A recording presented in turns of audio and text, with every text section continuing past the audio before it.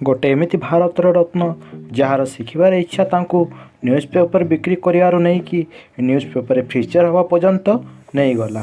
तांको सहित स्कूल एमिति कौन है जहाँ फल से एरोस्पेस इंजीनियर हो गले। यहीपरि किसी प्रश्नर उत्तर आपण मैंने पाइबे आमर यही वीडियो ता पूर्व आपण जदि चैनल न्यू अच्छी तो वीडियो चैनल को सब्सक्राइब करंतु एवं वीडियो को लाइक करंतु। एपीजे अब्दुल कलाम को नुआ जिनिस विषय जानिबा और शिखिबारे बहुत इंटरेस्ट थिला। तांको बापा नौका तैयारी करिवार बिजनेस करुथिले, जेउठी से छोट बेले बसी तांको बापा को ऑब्जर्व करिकी मेटाल और वुड अर्थात काठ भली मटेरियल को स्टडी करुथिले। तांको परिवार सुखी और संपन्न थिला, किंतु गोटे साइक्लोन किछि समय रे तांकर दुनिया बदलाई देला। तांको बापा को भल भाव चलुवा नौका बिजनेस साइक्लोन फल बर्बाद हो गला और तांको परिवार आर्थिक स्थिति बदली गला। किंतु जेते पर्यंत पढ़ा लेखा करिवार और किछि शिखिबार मन थाए सेते पर्यंत सब असुविधा उपरे जीत हासिल करा जाय पारे। 8 वर्षर अब्दुल कलाम को पाठपढ़ा सहित न्यूज़ पेपर बिक्री करी परिवार हेल्प मध्य करुथिले।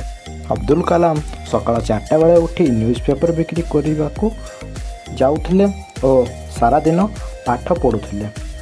एते छोट बयस ही तांको भितरे पाठ पढ़ा प्रति गोटे अलग लेवल जोश थिला। स्कूल तो मान तांको पई ज्ञान भंडार थिला। से सही ज्ञान भंडार सबुबले किछि किछि ज्ञान ग्रहण करुथिले। गोटे थर तांको टीचर पूरा क्लास रो पिला मानकु नहीं पक्षी माने केमिति उड़ंती ता बुझिया पई बीच को नहीं गले।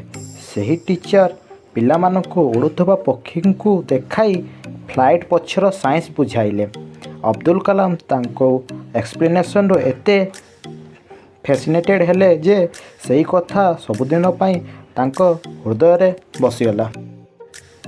पुणी जेतेबेले कॉलेज करियार कथा आसिला तो तांको सब्जेक्ट चूज करियारे अधिक भाबिया को पड़िलानी।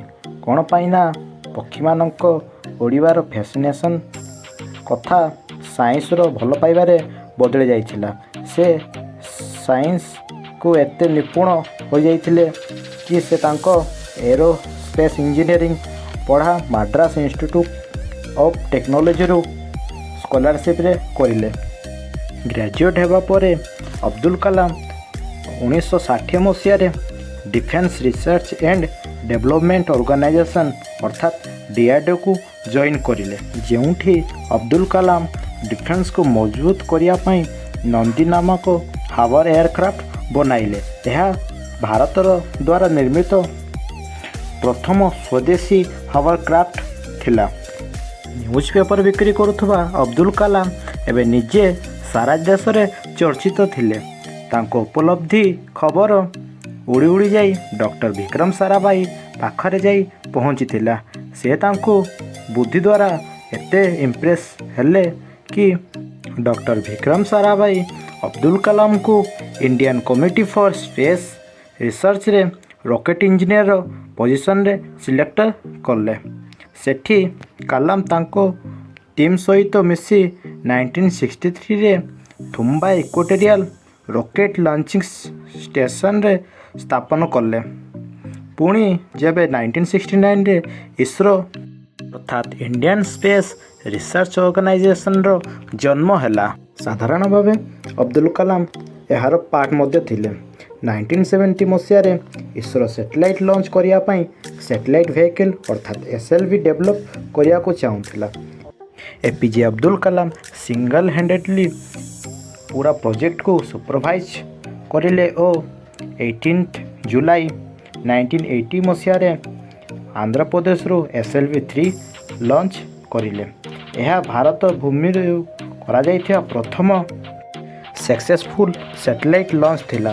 तापरे 1983 रे DRDO को पुणी थरे एपीजे अब्दुल कलाम को दरकार पड़िला, किंतु एही थर मिसाइल तैयारी करिया पाई तांको लीडरशिप रे ओ अनेक वर्षर कठिन परिश्रम फल पृथ्वी अग्नि आकाश नाग नामक ब्लास्टिक मिसाइल डेवलप करिले। यही मिसाइल गुड़िक भारत को गोटे मेजर मिलिट्री पावर भाव गढ़ी तोड़ा और तांको नाम मिसाइल ମ୍ୟାନ୍ ଅଫ୍ ଇଣ୍ଡିଆ ହୋଇଗଲା। ଏବେ ମିସାଇଲ୍ ମ୍ୟାନ୍ ଗୋଟେ ନ୍ୟୁ ମିଶନରେ ଥିଲେ। ତାଙ୍କୁ ଭାରତକୁ ନ୍ୟୁକ୍ଲିୟର ଷ୍ଟେଟ୍ କରାଇବାର ଥିଲା। ପୋଖରଣରେ ଏପିଜେ ଅବଦୁଲ କଲାମ ଓ ତାଙ୍କ ଟିମ୍ ସହିତ ମିଶି ଗୋଟେ ଐତିହାସିକ ନ୍ୟୁକ୍ଲିୟର ଟେଷ୍ଟ କରିଲେ, ଯାହାଫଳରେ ଆଜି ଭାରତ ନ୍ୟୁକ୍ଲିୟର ପାୱାର ଦେଶମାନଙ୍କ ମଧ୍ୟରେ ଅନ୍ୟତମ ଅଟେ। ଭାରତର ସାଇଣ୍ଟିଫିକ୍ ଡେଭଲପମେଣ୍ଟରେ ଏପିଜେ ଅବଦୁଲ କଲାମଙ୍କ ଅବଦାନ ଏତେ ମହତ୍ତ୍ୱପୂର୍ଣ୍ଣ ଯେ କେବଳ ଗୋଟେ ପୁରସ୍କାର ତାଙ୍କ ପାଇଁ କାଫି ନଥିଲା। ଏଇଥିପାଇଁ ଭାରତ ସରକାର 1921 ମସିହାରେ ତାଙ୍କୁ ପଦ୍ମବିଭୂଷଣ ଏବଂ 1990 ମସିହାରେ ପଦ୍ମବିଭୂଷଣ ଓ 1997 ମସିହାରେ ଭାରତରତ୍ନ ଦେଇ ସମ୍ମାନ ଜଣାଇଲେ। 2002ରୁ 2007 ମସିହା ପର୍ଯ୍ୟନ୍ତ ଭାରତର ରାଷ୍ଟ୍ରପତି ଥିବା ଏପିଜେ ଅବଦୁଲ କଲାମ କହୁଥିଲେ କି education is the most powerful weapon which you can use to change the world. ତାଙ୍କର ଶିଖିବାର ମନୋବଳ ଫଳରେ ସତରେ ଭାରତକୁ ସବୁଦିନ ପାଇଁ ବଦଳାଇ ଦେଲା। ତାଙ୍କ ବିନା ଆମ ଭାରତ ଦେଶ ଏତେ ଉନ୍ନତି କରିପାରିନଥାନ୍ତା। ଏହିପରି ଇଣ୍ଟରେଷ୍ଟିଂ ଭିଡ଼ିଓ ପାଇବା ପାଇଁ ଆପଣ ବିଏଲ୍ ପ୍ରଧାନ ଚ୍ୟାନେଲକୁ ସବସ୍କ୍ରାଇବ୍ କରନ୍ତୁ, ଭିଡ଼ିଓଟିକୁ ଲାଇକ୍ କରନ୍ତୁ ଏବଂ ଯଦି ଭିଡ଼ିଓଟି ଭଲ ଲାଗିଛି ତ କମେଣ୍ଟ ମାଧ୍ୟମରେ ଜଣାନ୍ତୁ ଏବଂ ଫ୍ରେଣ୍ଡମାନଙ୍କ ସହିତ ଅଧିକରୁ ଅଧିକ ସେୟାର କରନ୍ତୁ। ଜୟ ହିନ୍ଦ, ଜୟ ଜଗନ୍ନାଥ।